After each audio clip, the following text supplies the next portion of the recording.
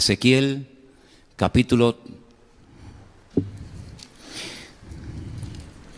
37, ¿les dije o 38? 38, perdón, 38. 37 es la famosa historia del Valle de los Huesos Secos, ¿verdad? Donde el Señor le hace una pregunta muy interesante al profeta Ezequiel y le dice, ¿tú crees que estos huesos volverán a la vida?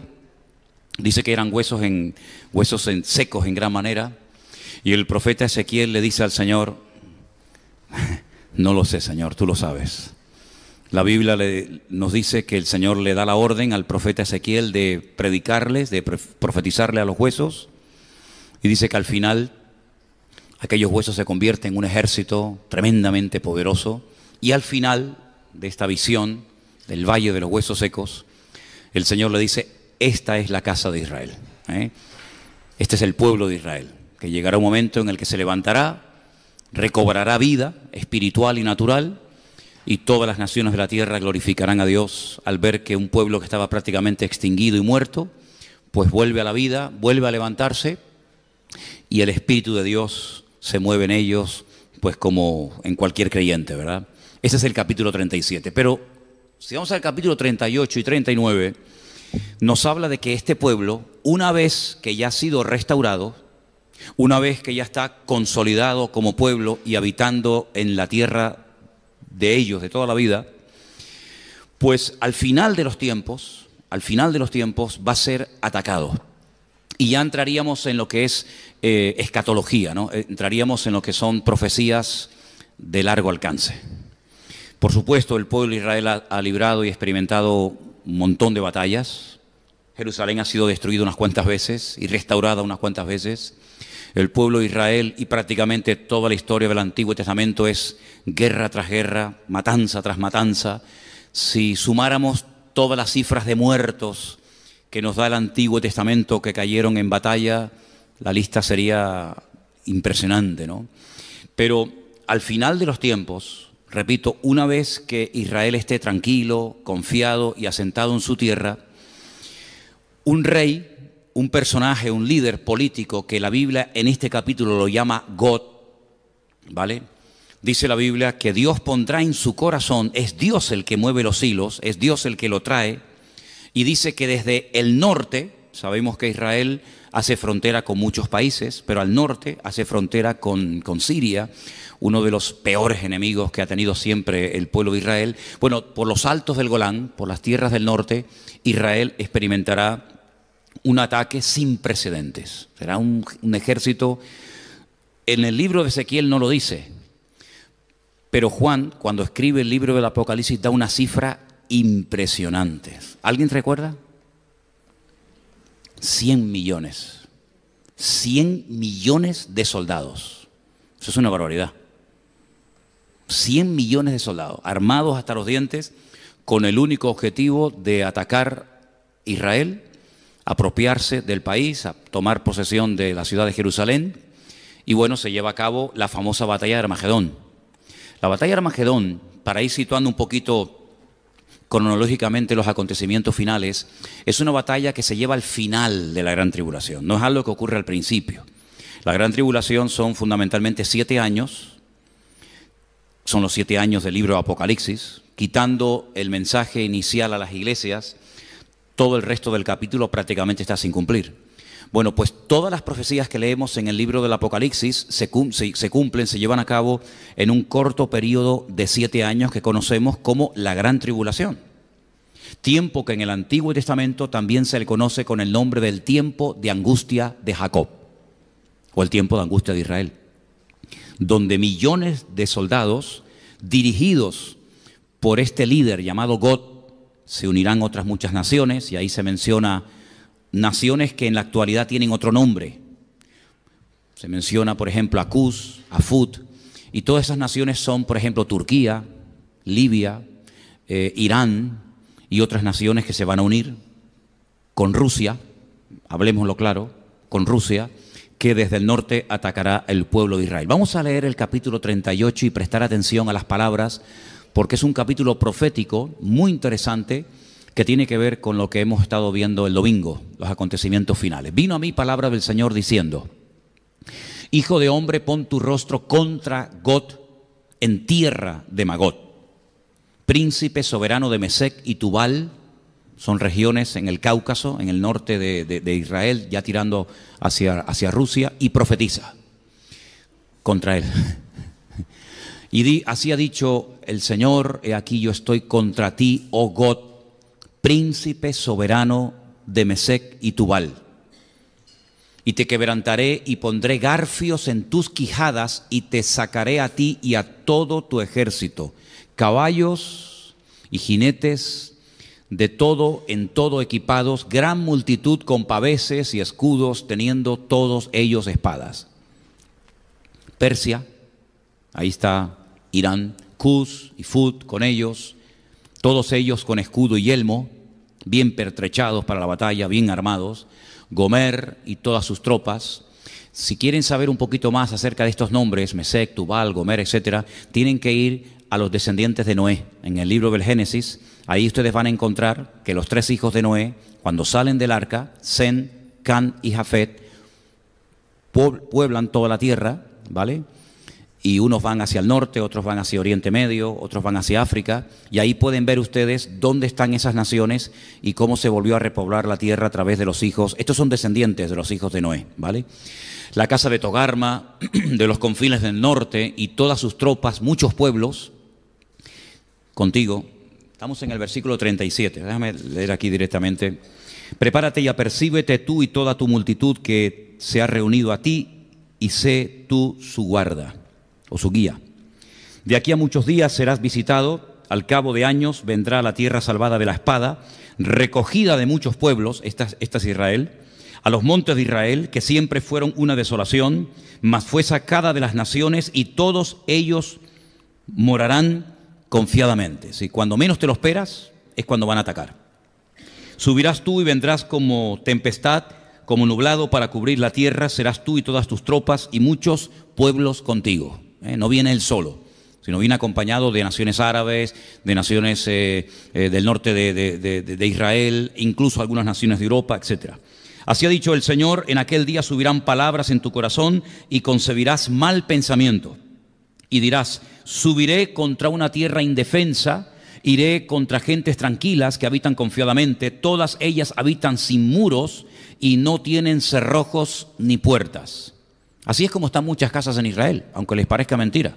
Sobre todo en el norte de Israel hay muchas casas que tienen la puerta abierta o la llave puesta, como se vivía antiguamente en las islas, incluso en La Gomera, que lo llegué a ver hace años. Pues así viven todavía en Israel muchas familias.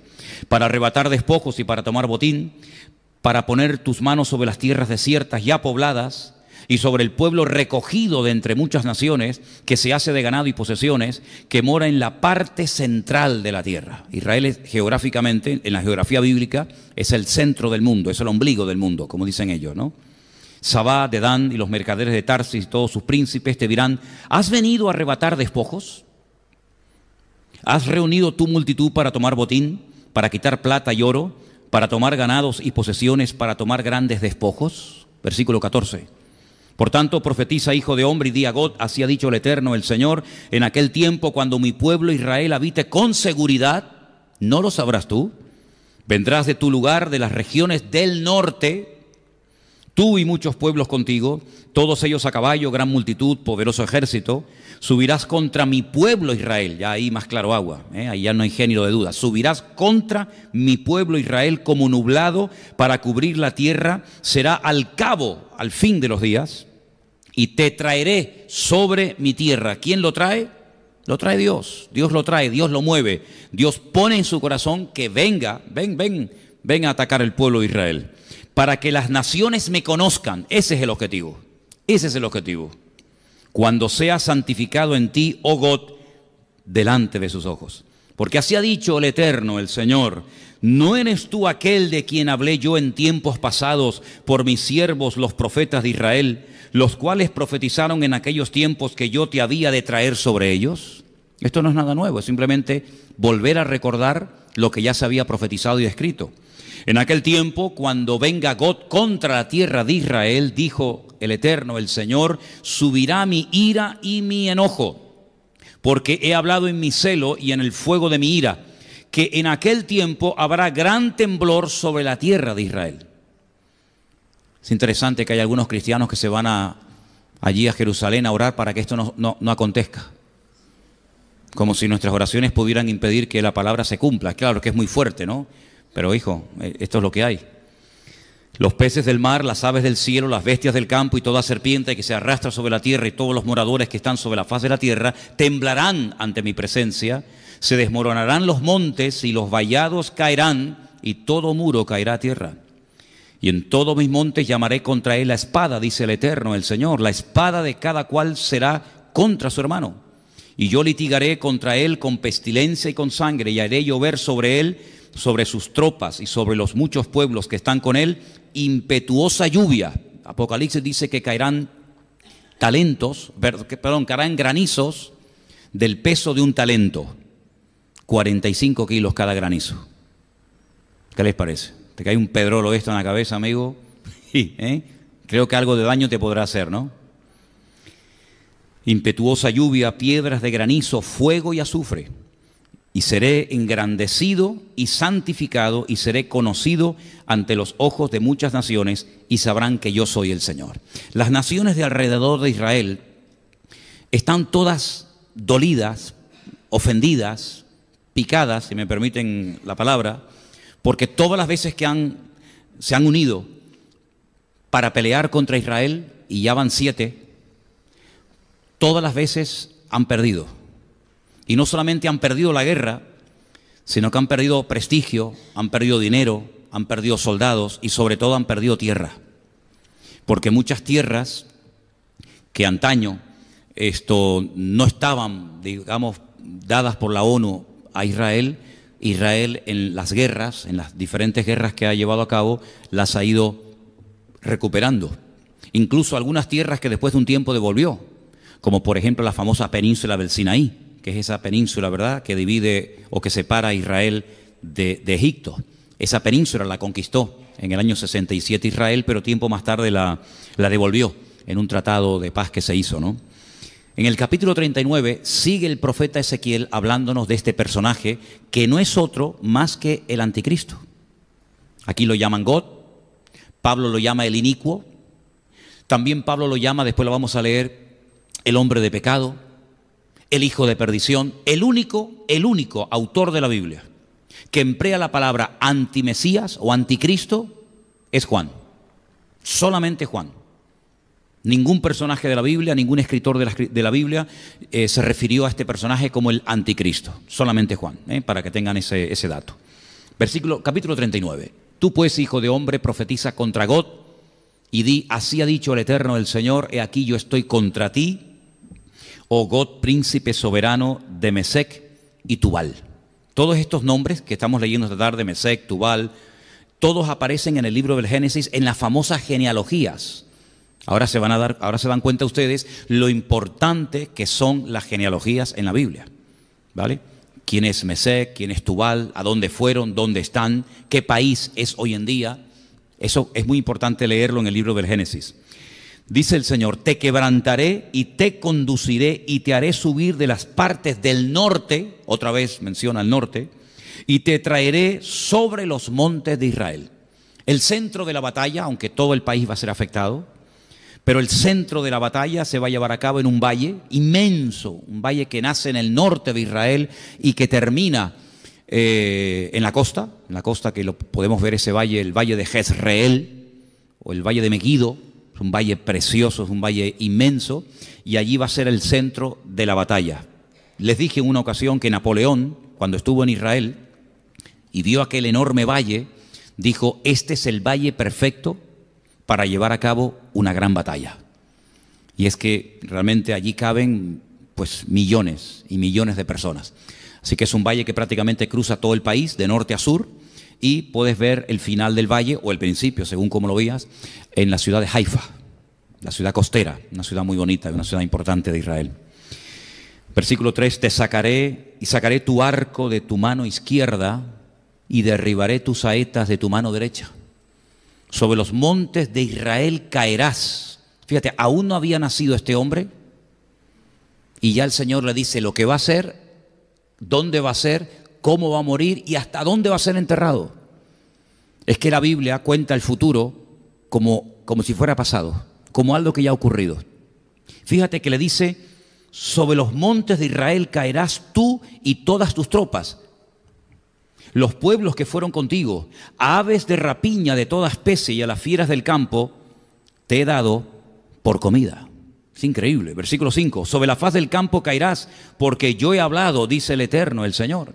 Enviaré fuego contra Magot y sobre los que moran con seguridad en las costas, y sabrán que yo soy el Señor. Haré notorio mi santo nombre en medio de mi pueblo Israel, y nunca más dejaré profanar mi santo nombre, y sabrán las naciones que yo soy el Eterno, el Santo de Israel. Después de esta batalla ya no habrá género de dudas de que todas las naciones de la tierra tendrán bien claro que el único Dios que controla, que gobierna, que dirige al mundo es el Eterno, es el Señor, nuestro Dios. Haré notorio mi santo nombre en medio de mi pueblo, nunca más dejaré profanar mi santo nombre. Versículo 8, he aquí viene y se cumplirá, dice el Eterno, el Señor, este es el día del cual he hablado. Esto todavía no se ha cumplido, estamos leyendo algo que aún no se ha llevado a cabo. Los moradores de las ciudades de Israel saldrán y encenderán y quemarán armas, escudos, paveses, arcos, saetas, dardos de mano y lanzas, y los quemarán en el fuego por 7 años. Es una barbaridad. 7 años prendiéndole fuego a todo el armamento que Gog y todas las naciones que le van a acompañar llevarán a cabo durante 7 años la destrucción de estas armas. Sí, es algo descomunal, algo que jamás en la historia ha ocurrido, ¿no? 7 años quemando el armamento. No traerán leña del campo ni cortarán de los bosques, sino que quemarán las armas en el fuego y despojarán a sus despojadores y robarán a los que les robaron, dice el Eterno, el Señor. Esto ya pasó. Es muy importante ver cómo a veces en la historia lejana, distante, ya ha ocurrido algo que nos indica cómo puede ser el futuro que estamos leyendo en esta tarde. Por ejemplo, el gran imperio de Egipto, el faraón, el emperador de Egipto, una potencia militar tremenda. Pánico le daba a las naciones ser atacada por Egipto. Era un imperio tremendo, sus pirámides, sus templos, etc. ¿Quién iba a pensar que un puñado de esclavos iban a humillar al faraón, al imperio más poderoso de la tierra? Y no solamente lo iban a humillar en cuanto a su vida espiritual, sino que iban a dejar el país destruido, totalmente destruido, las cosechas, los animales, incluso hasta el heredero, el hijo del faraón, murió en la última plaga porque era el primogénito, y al no pintar con la sangre del cordero la puerta de su casa, los postes y el dintel, el ángel de la muerte entró y mató al heredero. El faraón vio la destrucción de todo el país. ¿Quién diría que un pueblo de esclavos Dios lo iba a sacar de una forma tan poderosa? Y ojo, la última noche el Señor le dice, vayan por las casas de los egipcios y pídanle que les den oro, plata. Bueno, al fin y al cabo les debían 400 años de sueldo, no le habían dado el finiquito a Israel. Entonces en la última noche cobren lo que no han cobrado, lo que no les han pagado durante 400 años, que lo paguen en una sola noche. Dice que despojaron a los egipcios, se quedaron arruinados, totalmente destruidos.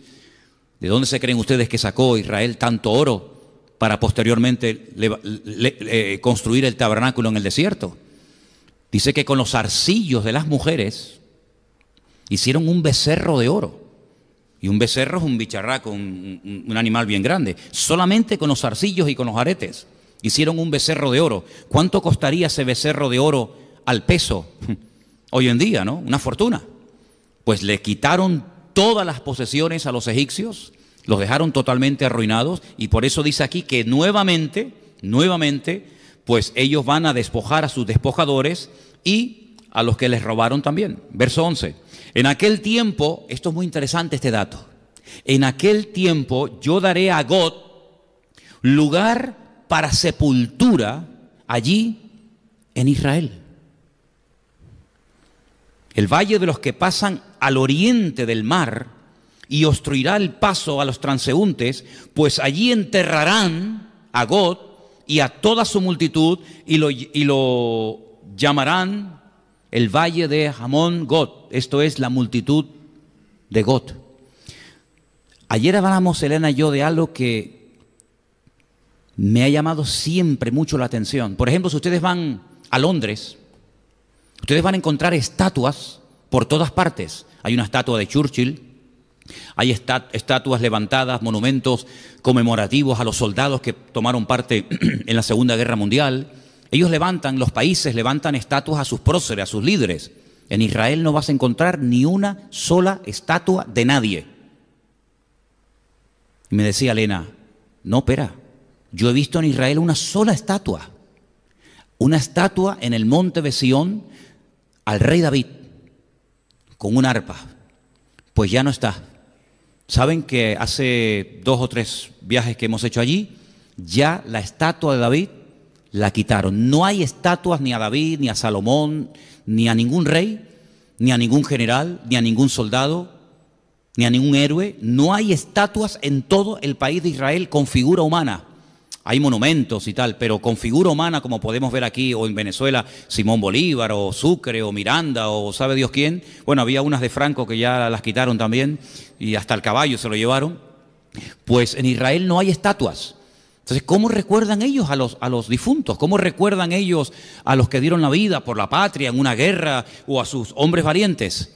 Pues cada año, como ahora, hace ayer o antes de ayer, celebraron el Yom HaZikaron, que es el día del recuerdo de todos los que han caído en combate, todos los que han caído en batalla, y se para el país y la gente sale de los coches y se suenan las sirenas por todo el país y la gente se pone firme, porque es un homenaje a todos los que han dado su vida por el país. Y también se recordó la Shoah, que es el día del holocausto nazi. Es decir, que si en ese día no se hace una reunión especial con el presidente, con músicas, con militares y tal, no hay ninguna forma de ir por el país viendo, mira, aquí hay una estatua de fulanito o una estatua. No hay estatuas por ninguna parte del país, por ninguna parte. Entonces dice la Biblia que la única manera de saber que allí, por el tema de no te harás imagen ni ninguna semejanza de lo que está arriba en el cielo, ni abajo en la tierra, ni debajo de la tierra, por ahí van los tiros, la única manera de recordar a las personas que han muerto es pues yendo al cementerio. Dice la Biblia que allí Dios le tendrá un lugar preparado para que entierren a este personaje. Mira tú por dónde. No nació allí, pero lo enterrarán allí como testimonio de decir, hasta aquí llegaste, amigo. La casa de Israel los estará enterrando 7 meses para limpiar la tierra. Claro, 200 millones o 100 y pico millones de soldados no se entierran en 2 días. 7 meses enterrando muertos. Eso es una barbaridad. Y 7 años prendiéndole fuego a todo el armamento estará Israel. 7 años, 7 meses, ¿qué te parece? Algo increíble. Sigo leyendo, versículo 14. Tomarán hombres a jornal que vayan por el país con los que viajen para enterrar a los que queden sobre la faz de la tierra, a fin de limpiarla. Al cabo de 7 meses harán el reconocimiento. Pasarán los que irán por el país, y el que vea los huesos de algún hombre pondrá junto a ellos una señal para que los entierren los sepultureros en el valle de Hamón Gog, que significa la multitud de Gog. También el nombre de la ciudad será llamada Hamona, y limpiarán la tierra, significa multitud. Y tú, hijo de hombre, así ha dicho el Eterno, el Señor, di a las aves de toda especie y a las fieras del campo, juntaos y venid, reuníos de todas partes a mi víctima de sacrificio para vosotros, un sacrificio grande sobre los montes de Israel, y comeréis carne y beberéis sangre. Comeréis carne de fuertes y beberéis sangre del príncipe de la tierra, de carneros, corderos, de machos cabríos, bueyes, toros, engordados, todos de Basán. Comeréis grosura hasta saciaros, beberéis hasta embriagaros de sangre de las víctimas que para vosotros sacrifiqué. Os saciaréis, y así ustedes podrán seguir leyendo todo el resto del capítulo, que es realmente impresionante. Sí, que lo que se avecina, hermanos, no es para reírse. Lo que se avecina es realmente tremendo. La batalla más grande de toda la historia de la humanidad. Alguien me preguntó una vez, ¿tú crees que habrá una tercera guerra mundial? No te quepa la menor duda. No te quepa la menor duda. Si quieres tener más detalles, yo siempre digo que es muy bueno decir, bueno, ¿esta batalla la cuenta otra persona de la Biblia? Sí, claro. Por ejemplo, Joel. Les animo a leer el libro de Joel, un libro cortito. Allí se dice lo que le harán a las mujeres. Allí se dice por dónde entrarán. Allí se dice cosas muy interesantes que tienen que ver directamente con esta batalla. Todo el libro de Joel prácticamente. Y luego también hay unos datos muy interesantes sobre esta batalla en el libro de Zacarías. Y me gustaría que leyéramos parte de ese capítulo. No te lo dije que lo buscáramos, pero se encuentra en el capítulo 14 del libro del profeta Zacarías. Y ahí se nos dan unos datos muy, muy interesantes que yo estoy convencido de que Zacarías no entendía nada de lo que estaba diciendo. Zacarías capítulo 14, verso 1, dice: He aquí el día del Señor viene. En medio de ti serán repartidos tus despojos, porque yo reuniré a todas las naciones para combatir contra Jerusalén. Todas las naciones quieren a Jerusalén. La ciudad será tomada, serán saqueadas las casas, violadas las mujeres. La mitad de la ciudad irá en cautiverio, mas el resto del pueblo no será cortado de la ciudad. Después saldrá el Señor y peleará con aquellas naciones como peleó en el día de la batalla. Y se afirmarán sus pies, ahí se da un dato más que no nos dice ni Joel ni Ezequiel, se afirmarán sus pies en aquel día sobre el monte de los olivos. Y nos da un sitio concreto. Y el monte de los olivos sabemos que está en Jerusalén, ¿vale? Luego la segunda venida del Mesías se llevará a cabo en Jerusalén. Él cuando viene no pone sus pies en Capernaum, ni en Madrid, ni en cualquier otra ciudad, sino sobre el monte de los olivos. ¿Qué es lo que pasa cuando Él pone sus pies, cuando afirma la planta de sus pies sobre ese monte? Pues dice la Biblia que el monte de los olivos se partirá por en medio hacia el oriente y hacia el occidente, hacia el este y hacia el oeste, haciendo un valle muy grande, que no existe ese valle en este momento. La mitad del monte se apartará hacia el norte y la otra mitad hacia el sur. Si se abre allí una zanja, un valle descomunal, huiréis al valle de los montes, porque el valle de los montes llegará hasta Azal. Huiréis de la manera que huisteis por causa del terremoto en los días de Usías. Usías. ¿Se acuerdan de cómo murió? ¿Alguien se acuerda cómo murió el rey Usías? Está en Isaías capítulo 6. El día que murió el rey Usías vi yo al Señor sentado en su trono. Sus faldas llenaban el templo. Y oí querubines que decían: Santo, santo, santo es el Señor.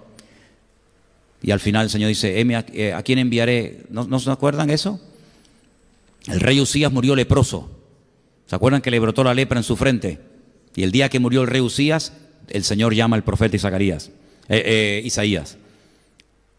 Y vendrá el Señor mi Dios, y con él todos los santos. San Pancracio, la Virgen de Guadalupe, ¿no? Todos los santos vendrán con el Señor. Luego ya estaban con Él. Si vienen con Él, es porque ya estaban con Él. Si no, ¿cómo van a venir los que no están con Él? Daros cuenta de los detalles. El Señor viene, pone sus pies sobre el monte de los olivos, pero Él no viene solo. Él viene con sus santas decenas de millares, como dice también otro versículo en Judas, y dice la Biblia que viene con todos los santos. Y acontecerá que en ese día no habrá luz clara ni oscura. ¿Usted lo entiende? Yo no. No lo entiendo. Porque si no hay ni luz clara ni luz oscura, será un día el cual es conocido del Señor, que no será ni de día ni de noche. Ahora lo entiendo menos. Porque puede haber mucha luz o poca luz, pero si no es de día ni de noche, ¿qué es entonces? Solamente ese día sabe el Señor cómo será. Porque para nosotros o es de día o es de noche. Será un día diferente. Será un día único. Es que vamos a ver tantas cosas, hermanos. Ustedes se creen que lo sabemos todo. Y cuando estemos en la presencia del Señor, vamos a darnos cuenta que no sabemos nada. Vamos a empezar de cero. Pero sucederá que al caer la tarde, habrá luz. Cuando cae la tarde, hay luz. Es como si al revés, ¿no? Cuando cae la tarde es de noche. Pero en este caso es al revés. Acontecerá también en aquel día que saldrán de Jerusalén aguas vivas.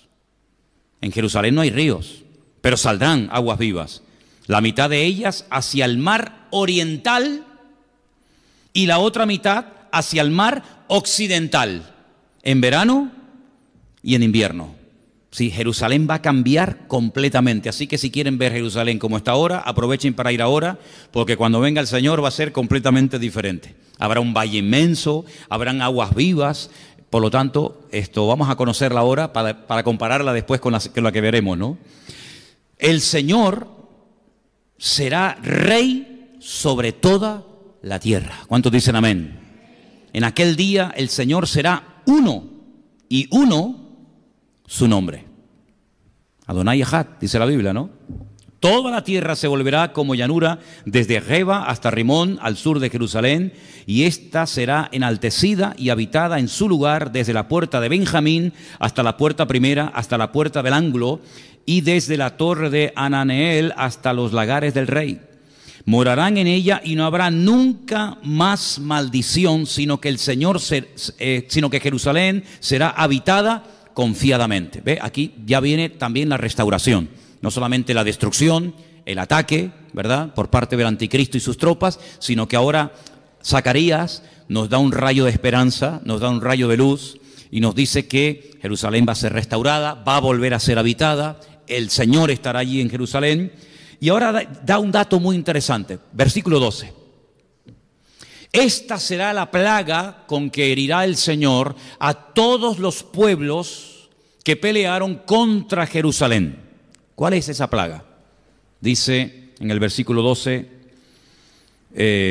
la carne de ellos se corromperá estando ellos sobre sus pies. Así que no han muerto, están de pie. Pero estando de pie, vivos, la carne se les va a corromper y se consumirán en las cuencas sus ojos y la lengua se les deshará en su boca. Esto es o un ataque nuclear o un ataque bacteriológico. Algo, un arma rara que no la hemos visto, que lógicamente nunca se vio en la Biblia a nadie que muriera así. A nadie se le vio nunca morir así. Pero dice que esta plaga, esta forma de morir, esta forma de aniquilar a millones de seres humanos, será la plaga, el ataque, la condenación, el castigo con la que el Señor va a castigar a todos los pueblos que se atrevieron a atacar la ciudad santa de Jerusalén. Es decir, esto es una referencia directa a armas que son armas modernas, que no existían, lógicamente, en los tiempos del profeta Zacarías, ni mucho menos. Acontecerá en aquel día que habrá entre ellos gran pánico enviado por Dios. Trabará cada uno de la mano de su compañero y levantará su mano contra la mano de su compañero. Se matarán entre ellos. Entre ellos se matarán. Bueno, ya pasó una vez, ¿no? En el Antiguo Testamento ya ha pasado en varias ocasiones que venían a atacar al pueblo de Israel y al final se matan entre ellos, salen corriendo. Israel obtiene una batalla, una victoria tremenda en aquella batalla. Pues otra vez volverá. Muertos de miedo, se atacan, se matan los unos a los otros. Judá también peleará en Jerusalén, serán reunidas las riquezas de todas las naciones de alrededor, oro, plata, ropas de vestir en gran abundancia.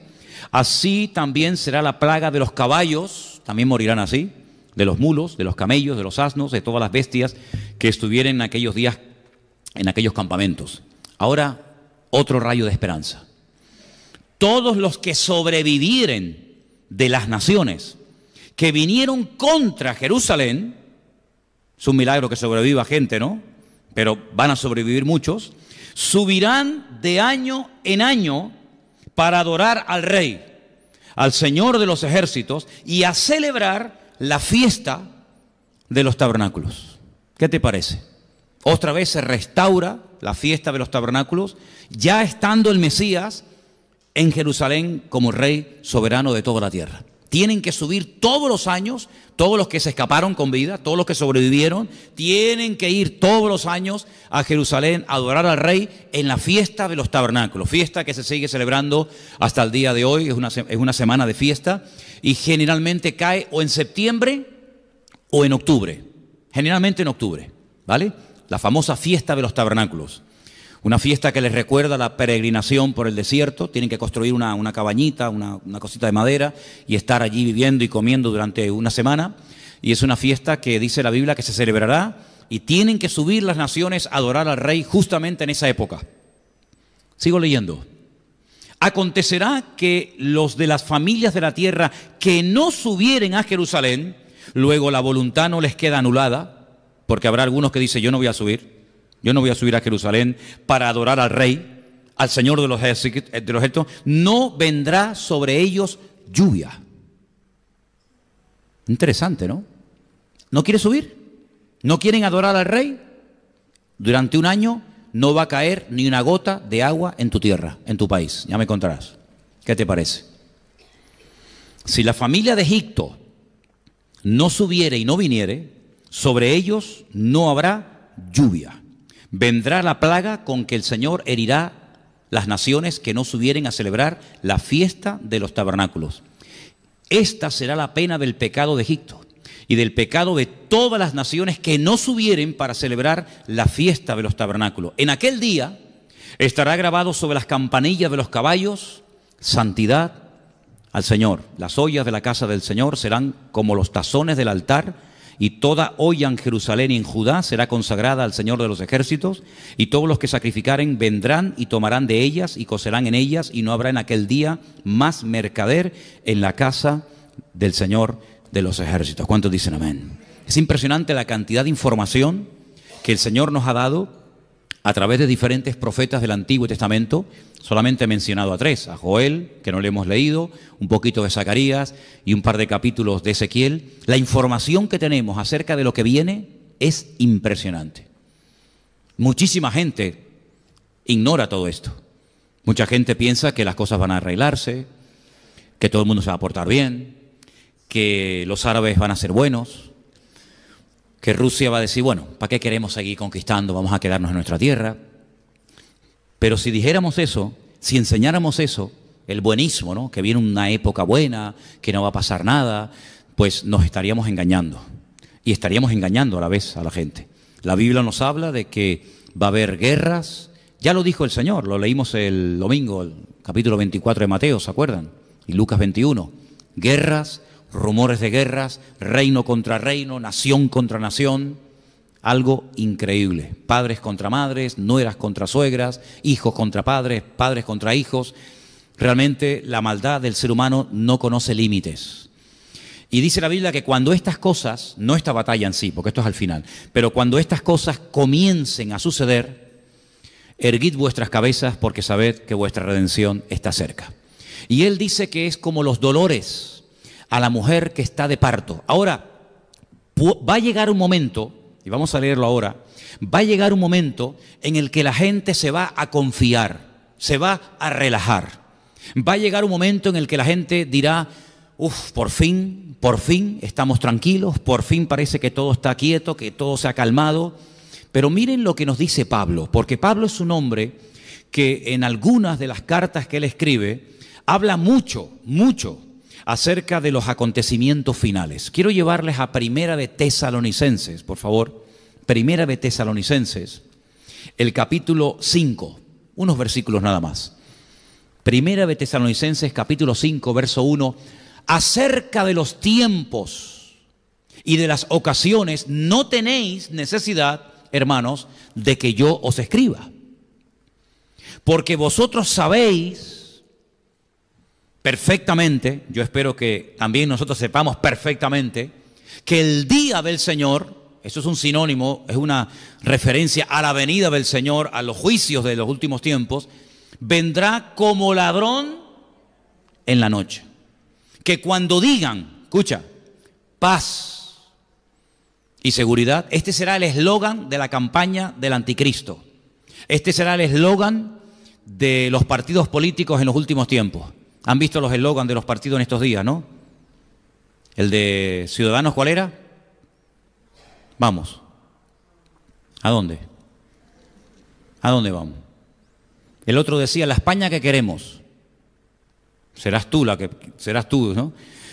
Este será el eslogan de los partidos en los últimos tiempos. Paz y seguridad. Por fin, hay paz, hay seguridad. Hay seguridad, luego hay paz.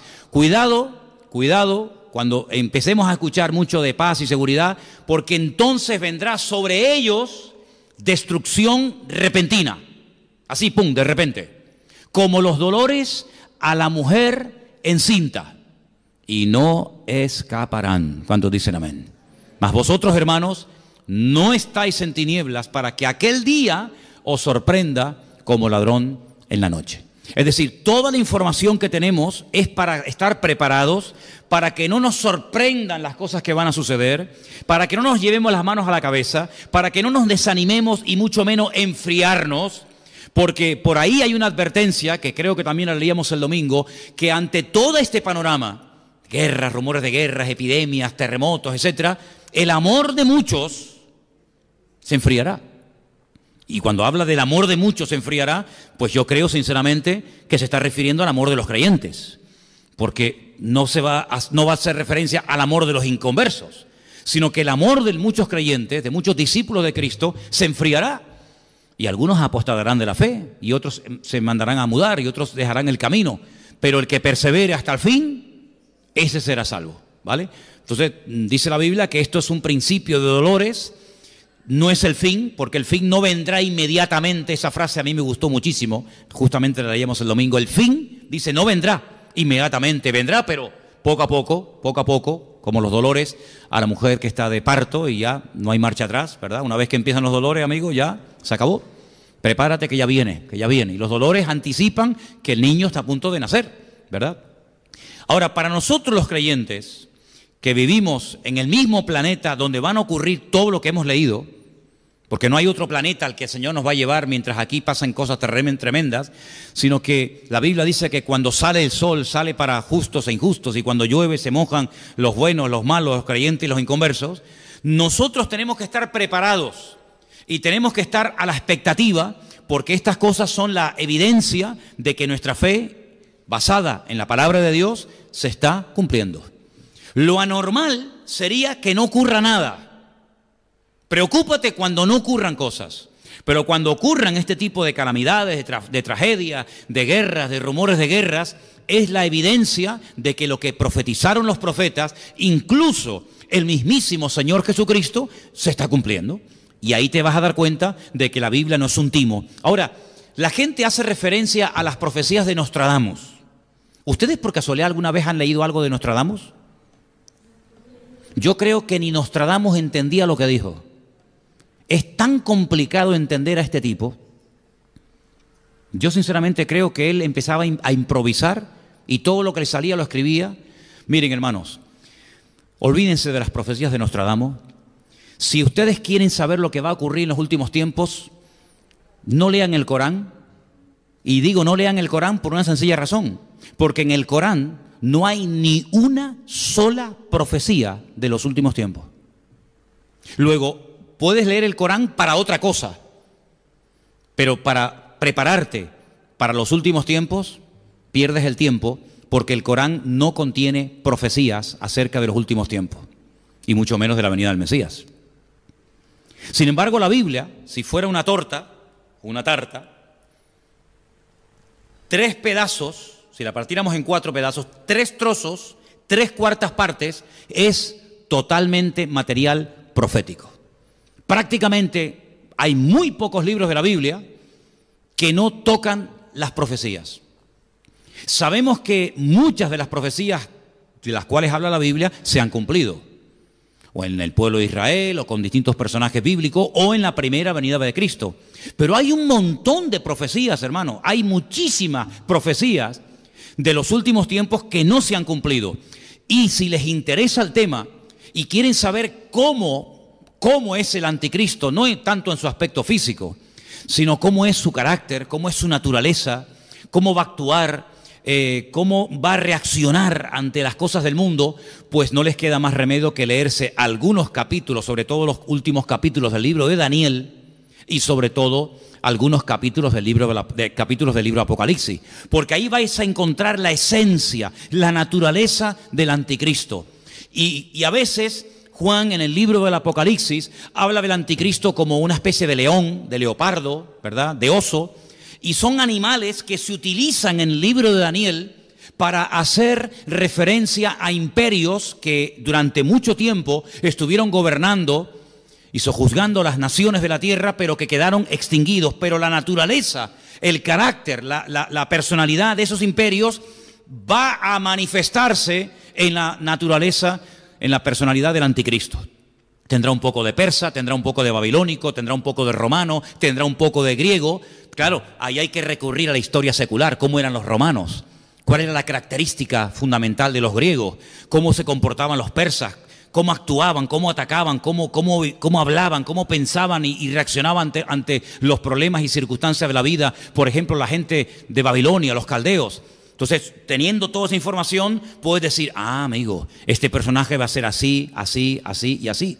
Des en cuenta que el anticristo no es como nos pintan las películas de Hollywood, un engendro de Satanás que tiene relaciones sexuales con una mujer y de ahí nace un personaje siniestro llamado el anticristo. No, quítense eso de la cabeza. Por favor, la referencia para el creyente no son las películas de Hollywood, la referencia correcta y exacta para el creyente es la Biblia. Y la Biblia nos dice que el anticristo tendrá padre y madre, y probablemente hermanos o primos o sobrinos, y lógicamente abuelos y antepasados. Será un ser humano de carne y hueso, con una unción diabólica como jamás en la historia nadie ha tenido. Será una mezcla de Nimrod, de Nabucodonosor, de Faraón, de Herodes, de Pilato, de Nerón, de Calígula, de Vespasiano, y será una mezcla terrorífica, más aparte otras muchas características que tendrá este personaje, que es un líder político,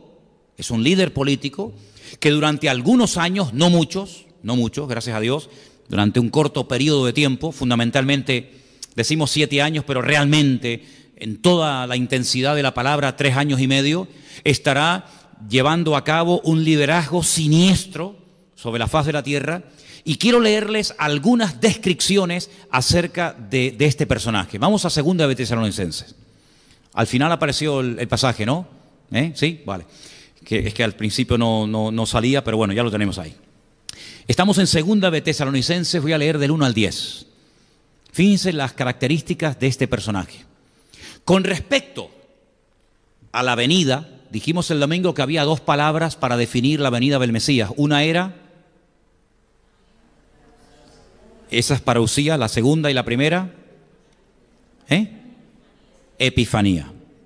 Con respecto a la parousia, con respecto a la venida, la segunda venida del Mesías, porque la primera ya se produjo, de la parousia de la venida de nuestro Señor Jesucristo, en nuestra reunión con Él, os rogamos, hermanos, aquí hay un ruego de Pablo, una tarea.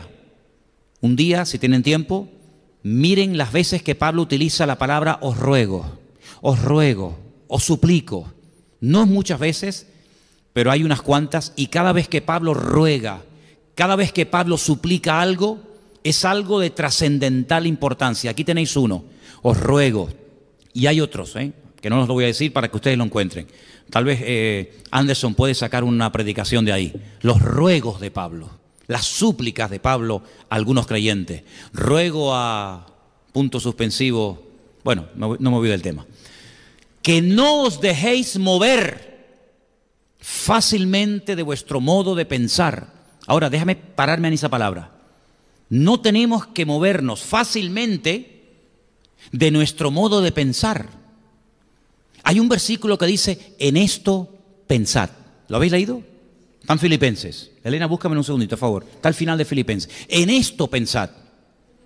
Hay otro versículo acerca del pensamiento que nos dice que tenemos que llegar a tener la mente de Cristo. Eso es tremendo, ¿Cómo pensaba Cristo? Así es como nosotros deberíamos algún día llegar a pensar. Cristo nunca tuvo malos pensamientos. La mente de Cristo era una mente perfecta, totalmente centrada con la voluntad del Padre, ¿verdad? Entonces dice que no nos tenemos que dejar mover fácilmente de nuestro modo de pensar. Y yo pregunto, ¿y por qué el creyente en sus pensamientos estamos hablando ahora, por qué puede tener estabilidad? ¿Por qué mentalmente, psicológicamente podemos tener firmeza de criterio? Y no decir, no, ahora creo aquello. No, ahora creo lo otro. Porque la Biblia dice, y vuelvo otra vez a citar a Pablo, cuando yo era niño, yo hablaba como niño, pensaba como niño, juzgaba como niño. Mas cuando ya fui hombre, dejé lo que era de niño. Dejé. ¿Y qué es el dejarlo de niño? Pues, repito, cuando yo era niño, hablaba, el vocabulario, pensaba pensamientos y juzgaba mi forma de actuar como niño. Mas cuando ya fui hombre, cambié mi forma de hablar, mi forma de pensar y mi forma de actuar. ¿Lo pilláis o no? Es fácil, ¿no? Por eso dice, hermanos, os ruego que no os dejéis, déjalo ahí, no os dejéis mover fácilmente de vuestro modo de pensar. Y vuelvo a hacer la pregunta, ¿y cómo podemos tener un criterio fijo? Ser, permítame la expresión, cabezones y decir, de aquí no me muevo. Porque ya no soy un niño, porque ya tengo una información, porque ya tengo un conocimiento. Y cuando yo era un chiquillaje, espiritualmente hablando, cuando yo era un niño, una persona inmadura, inexperta, neófita, otra palabra que aparece en la Biblia, pues me podían engañar y me podían decir, oye, ahora hacemos esto, y ahora hacemos lo otro, y ahora decimos, no, momentito, ya no me voy a dejar mover fácilmente de mi modo de pensar. ¿Por qué? Porque ahora mis pensamientos, cuando vienen a mi mente, yo los filtro, yo los cuelo y digo, ¿qué dice el versículo? Léelo fuerte. Todo lo que es verdadero. Ahí está.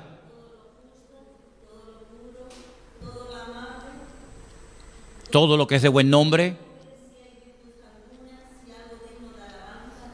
En esto pensar. Es decir, déjamelo ahí, déjame ese versículo ahí. El único pensamiento, los únicos pensamientos que tienen que tener cabida en tu mente son los que tengan las siguientes características. ¿Esto que estoy pensando es verdad? Dice, todo lo que es verdadero. ¿Esto es verdad? Ah, no lo sé. Bueno, mijo, aquí tienes. ¿Esto es verdad? Es que yo no valgo para nada. Eso es un pensamiento falso, diabólico. ¿Por qué? Porque la Biblia no dice eso.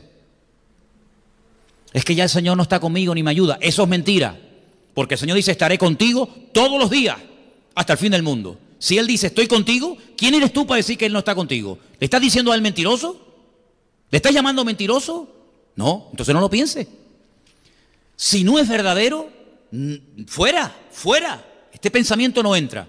Aquí en Canarias no hay peaje, por eso a lo mejor es un ejemplo que no se entiende mucho, pero cuando vas por la península hay autopistas de peaje, que para circular por ellas tienes que pagar, hay una barrera. Y tienes que pagar, y si no pagas, dices, no, lo siento mucho, tienes que ir por la otra carretera, por esta no, esta es de peaje. Bueno, pues hazle pagar un peaje a los pensamientos, que cuando vayan a tu mente te diga, déjame entrar, un momento, esto no es verdad, esto no es honesto pensar esto no es correcto, esto no es justo, esto no es injusticia, esto es una barbaridad lo que estoy pensando. Esto no es puro, si no es santo, esto es una cochinada, perdonen la palabra, esto es una inmundicia, esto es lascivia pura, esto no es amable, esto no es de buen nombre, esto no hay ninguna virtud, no hay nada positivo en ello, esto no es digno de alabanza, y oye, qué bueno, sino esto es todo lo contrario.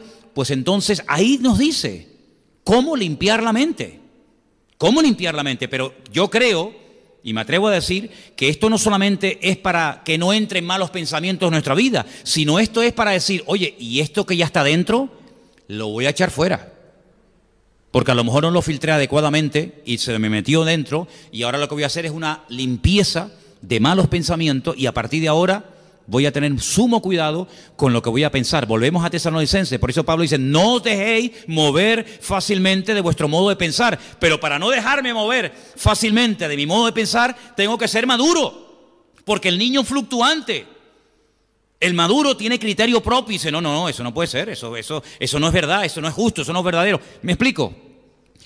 Ni de vuestro modo de pensar, ni os conturbéis, y no te pongas nervioso. No te conturbe, no te perturbes. Mira, hay un versículo en Gálatas que me está abriendo ahora la cabeza. Cuando Pablo se entera, cuando él se va de la iglesia en Galacia y se entera de que han llegado algunos de Jerusalén enseñando cosas de judaísmo y de tradiciones humanas y pervierten a los creyentes, él les escribe una carta y dice, hermanos, ¿quién os ha predicado un evangelio diferente? ¿Quién? Dice, no es que haya otro evangelio diferente, sino que hay algunos que os pervierten. Y busqué esa palabra. Y hace referencia a cuando hay aguas que están quietas y abajo hay como lodo, como tierra, y de repente viene alguien y mueve todo y se queda todo ese agua sucia. Es como cuando coges una pecera, ¿no?, y la mueves, ese agua tan limpita que había, donde veías todos los pececitos y tal, pues por el movimiento se queda todo sucio hasta que va cayendo todo al fondo y ya vuelve otra vez toda la normalidad y se ve bonito, ¿no? Pablo dice, alguien nos está moviendo, alguien nos está sacudiendo, que está pervirtiendo. Es como cuando el vino está bien tranquilo y de repente mueves el fondo y todo el pozo sale arriba. Dice, cuidado, que nadie te sacuda, que nadie te ponga nervioso, ni por espíritu, cuidado los que vienen a través del espíritu, ni por carta, ni por palabra, ni por carta, como si fuera nuestra, en el sentido de que el día del Señor está cerca. Ahora, esta carta se escribió antes del año 70 después de Cristo. Si Pablo dice antes del año 70 de la era cristiana que el día del Señor está cerca, hoy estamos en el año 2019 después de Cristo. Hoy estamos más cerca de ese día que cuando Pablo escribió esta carta a nuestros hermanos en Tesalónica, ¿sí o no? ¿Te das cuenta? Si esta gente en aquel tiempo, en el siglo I, vivía con la expectativa de que el día del Señor está cerca, el Señor viene pronto, el Señor viene pronto, ¿cuánto más tú y yo tenemos que vivir mentalizados de que el Señor, claro que viene pronto, no te quepa la menor duda? Queda cada vez menos tiempo para que se cumplan todas las cosas que estamos leyendo en esta noche. Nadie os engañe, en ninguna manera, porque también dice en Mateo 24 que nadie os engañe, porque vendrán muchos falsos cristos, y no se refiere a personas que se hacen pasar por Cristo, falsos ungidos. Recuerda que la palabra Cristo es la palabra hebrea Mashiach, que no es un nombre propio, es un título, es una característica. Vendrán falsos ungidos. ¿Y a dónde van los falsos ungidos? ¿Al estadio? ¿A dónde van los falsos ungidos? ¿Al supermercado? ¿A dónde van los falsos ungidos a compartir su falsa doctrina? ¿A dónde van? ¿A las iglesias? Los falsos ungidos no van por las calles. Los falsos ungidos entran dentro de las congregaciones para perturbar a los creyentes. Y Pablo dice, el Señor Jesucristo dice, vendrán falsos ungidos vestidos con pieles de oveja, aunque son lobos. Dice, pero no vendrá, nadie os engañe en ninguna manera, porque no vendrá sin que antes venga la apostasía, se manifieste, se dé a conocer el hombre de pecado. Ese es God. Este que está ahí, ese es God, ese es el anticristo.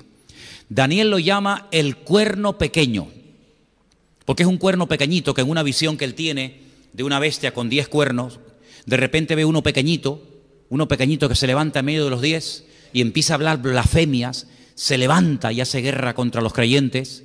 Y dice que vence de los 10 a 3, se quedan 7 al final, y por eso él lo llama el cuerno pequeño, pero es el mismo, el hombre de pecado, el hijo de perdición, el cual, este tipo, se opone.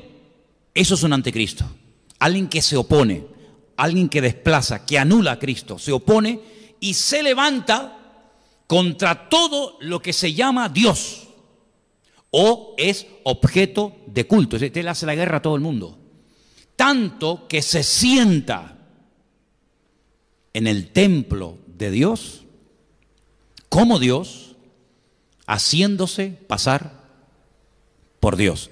Ha habido diferentes opiniones a lo largo de la historia sobre la interpretación de ese versículo. ¿Qué significa, qué quiere decir Pablo cuando dice que este inicuo, este hijo de perdición, se sienta en el templo de Dios como si fuera Dios, haciéndose pasar por Dios? Algunos dicen, bueno, el templo de Dios somos nosotros. Pablo dice, no quiero que ignoréis que vosotros sois el templo del Espíritu Santo de Dios, el cual mora en vosotros. Pero eso es una mala interpretación. Porque ¿cuál es el lugar en el que se puede sentar el anticristo en el cuerpo de Cristo, en la iglesia? ¿Cuál? Algunos dicen el Vaticano. El Vaticano no existía en aquellos tiempos, ¿no? Tanto que se sienta en el templo de Dios, haciéndose pasar por Dios. Tenemos que buscar información paralela, porque con esto no nos queda clara la explicación. Entonces tenemos que recordar otra vez Mateo capítulo 24, cuando el Señor Jesucristo dice: el que lee, entienda. Como diciendo, ojo al dato, que lo que te voy a decir es una información muy importante. El que lee, entienda. Cuando veáis la abominación desoladora, de la cual habló el profeta Daniel, y ahí da la explicación. Abominación desoladora. Eso es una frase que la cuentas en la calle, la dices en el mundo, y la gente no te entiende nada, porque es un lenguaje puramente eclesiástico, puramente bíblico. Abominación desoladora. Quitando una reunión de este tipo, esta expresión ni la usamos en nuestro diario hablar, en nuestras conversaciones con nadie. Es una expresión técnica, es un vocablo técnico. Significa, para que nos entendamos todos, la profanación del lugar santísimo. ¿A qué lo entiendes ahora?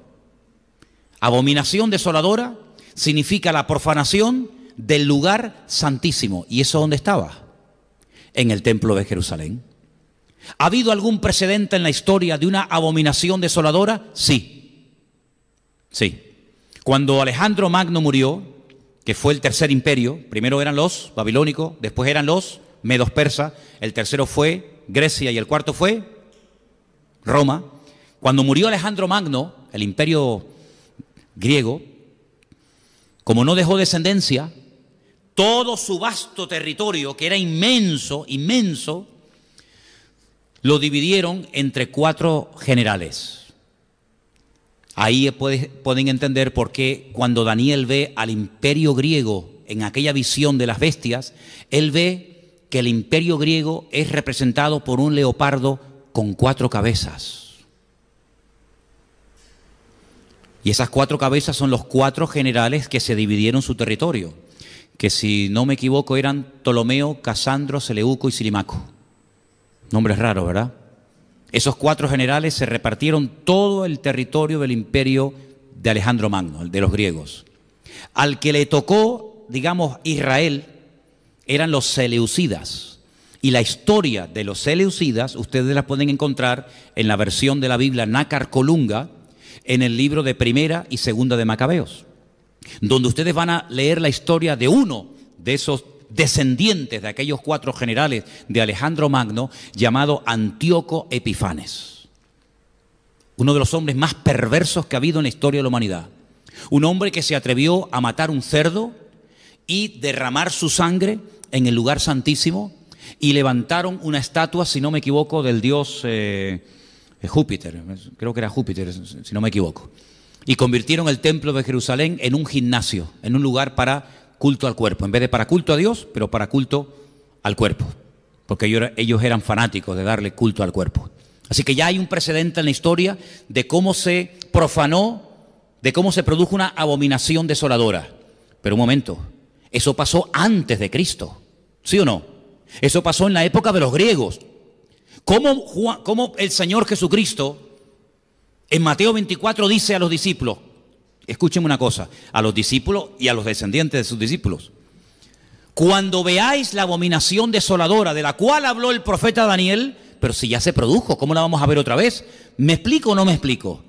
Luego está haciendo referencia a otra abominación desoladora del mismo lugar santísimo que ya fue profanado en la época de los griegos, pero que volverá a ser profanada.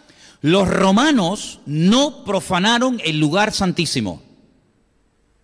Cada imperio, el templo, esto es un estudio muy interesante, hermanos. Las 4 estrategias del diablo contra el pueblo de Dios, que son las 4 estrategias que Satanás utiliza contra el creyente. ¿Cómo trató el templo Nabucodonosor? ¿Cómo trató el templo los medos persas? ¿Cómo trataron el templo los griegos? ¿Y cómo trataron el templo los romanos? Es interesantísimo esto, interesantísimo. Unos ni lo tocaron, otros lo profanaron, otros lo convirtieron en gimnasio, otros lo destruyeron, otros lo reedificaron. Es muy interesante esta historia, no tengo tiempo para explicar todo esto. Pero cuando el Señor Jesucristo dice, cuando veáis la abominación desoladora, lógicamente no está haciendo referencia a algo que ocurrió en la época del Imperio griego, sino a algo que ocurrirá en el futuro. Pero una pregunta, ¿cómo se va a profanar el lugar santísimo si no existe? No se puede profanar un lugar que no existe. Luego hay una clarísima referencia a la restauración futura del templo de Jerusalén en el mismo sitio, Monte Moriah, donde estuvo siempre tanto el primero como el segundo templo. Quiere decir que en los últimos tiempos te está diciendo, esto es una revelación espectacular, esto no lo saben ni los judíos, esto no lo saben ni los judíos. Ellos están orando por la reconstrucción del tercer templo, pero que va a ser profanado por este personaje, ¿cómo lo van a saber? Si no leen el Nuevo Testamento. Esta información solamente la tienen los que leen el Nuevo Testamento. Los que tienen el Antiguo Testamento no saben que el lugar santísimo va a volver a ser profanado. Pero nosotros sabemos que este personaje que se opone contra todo lo que se llama Dios o es objeto de culto, se va a sentar en el templo de Dios como si fuera Dios, haciéndose pasar por Dios. Luego el tercer templo va a ser reconstruido y otra vez va a ser profanado a los 3 años y medio de su inauguración por este personaje siniestro llamado el Anticristo. Y Juan dice en el libro del Apocalipsis que pondrá una imagen. Y ahí hay diferentes interpretaciones. Volverá otra vez a profanar el lugar santísimo. ¿Qué te parece? Seguimos, versículo 5. ¿No os acordáis que cuando yo estaba todavía con vosotros os decía esto? Fíjate qué nivel de enseñanza, Vosotros sabéis lo que lo detiene, a fin de que a su debido tiempo se manifieste. Porque ya está en acción el misterio de la iniquidad, solo que hay quien al presente lo detiene hasta que él a su vez sea quitado de en medio. Y entonces se manifestará aquel inicuo a quien el Señor matará con el espíritu de su boca y destruirá con el resplandor de su venida. Y ahora da una característica muy interesante, otro adjetivo para la misma persona, inicuo, que viene de iniquidad. Inicuo, cuyo advenimiento, cuya aparición o cuya manifestación es por obra de Satanás. Es decir, Satanás está detrás de este personaje. Satanás es el que va a ungir, el que va a usar a este tipo con gran poder y señales y prodigios mentirosos. Cuidado que habrá señales, habrán prodigios, pero cuidado que detrás de todo eso está una unción diabólica que le permite hacer cosas espectaculares, que pueden leerlas, por ejemplo, en el libro del Apocalipsis. Año de iniquidad para los que se pierden, por cuanto no recibieron el amor de la verdad para ser salvos. Como conclusión, porque se nos fue el tiempo, estamos a punto de ver en estos tiempos cómo se va a dar a conocer un personaje con una influencia mundial, que probablemente, y aquí tendríamos tela para rato, se levantará de lo que antiguamente ocupó y conquistó el antiguo Imperio Romano. Para los que lo sepan y para los que no, los territorios que ocupó el Imperio Romano fueron desde Portugal, incluyendo por supuesto España, el Finisterre, el fin de la tierra, toda Europa, incluida las Islas Británicas, toda Europa, todo el norte de África, todo lo que sería hoy en día el Magreb, Libia, Egipto, etcétera, y todo lo que es Oriente Medio, Siria, Líbano, para ellos la antigua Palestina o Filistea. De ese territorio, que es como una especie así de herradura, de ese antiguo territorio se levantará este personaje político que gobernará a las naciones con una crueldad terrorífica. Tendrá un poder militar ilimitado, tendrá un poder económico brutal y tendrá una unción o un respaldo espiritual tremendo. Porque hay otro personaje del cual no habla el Antiguo Testamento. Mira tú por dónde. Esto es curioso, Solamente el Nuevo Testamento del Anticristo o del inicuo, el Antiguo Testamento está plagado de profecías, pero no nos dice nada sobre el falso profeta.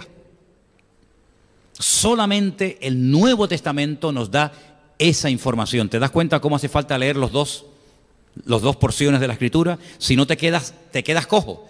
¿Quién es el falso profeta?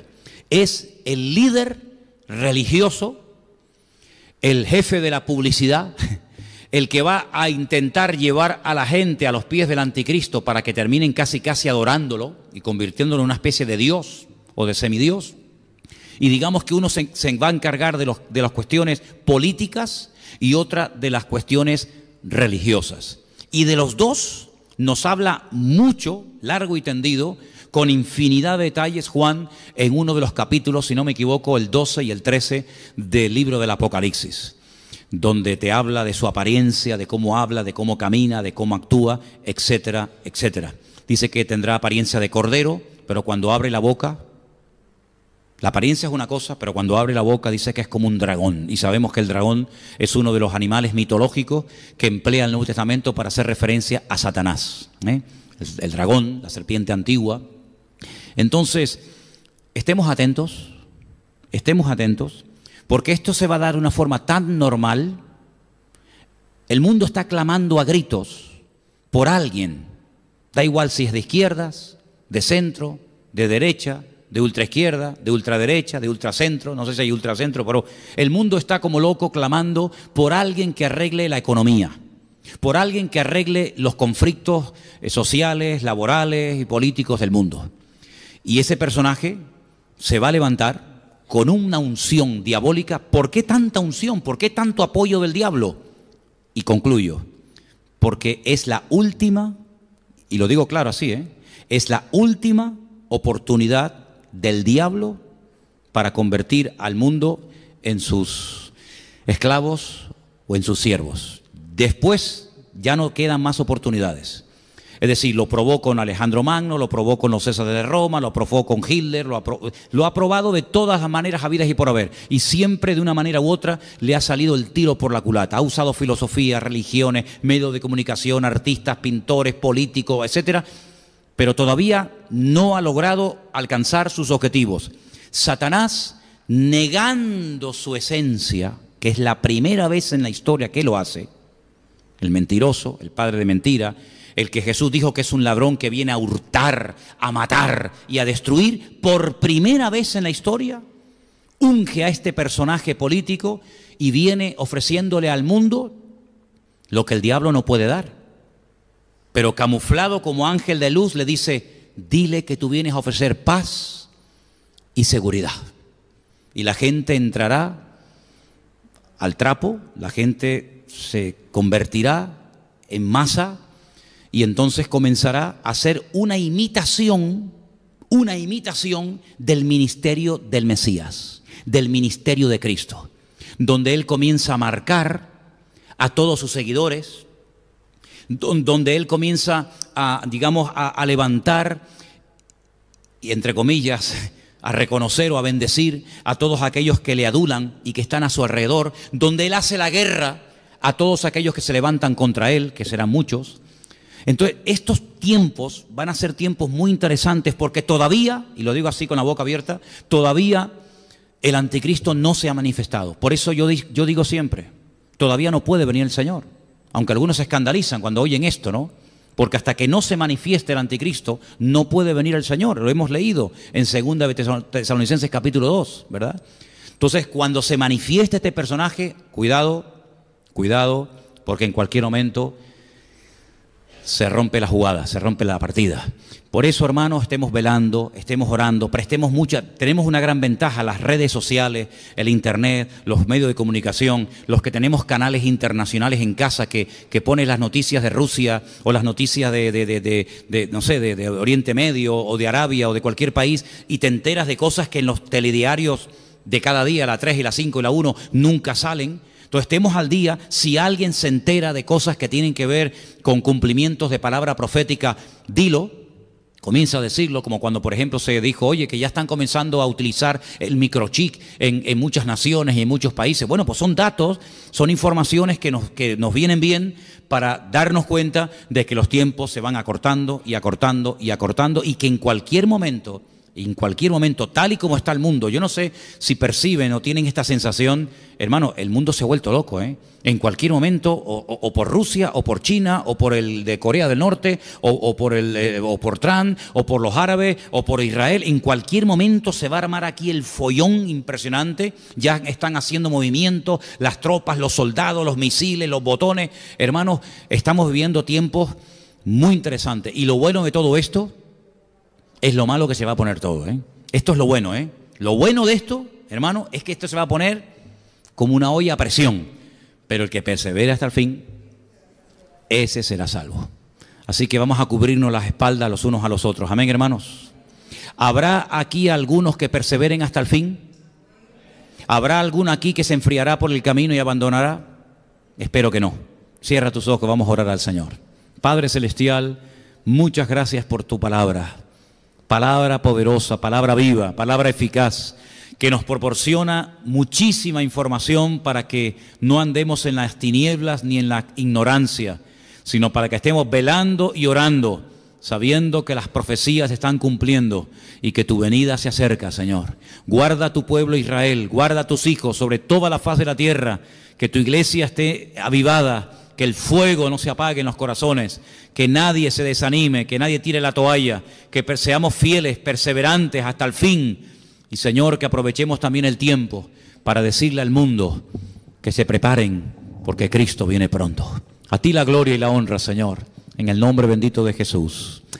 Amén y amén. Nos ponemos de pie, queridos hermanos. Vamos a prepararnos para levantar ya la ofrenda. Voy a pedirle a Adrián y a Dai.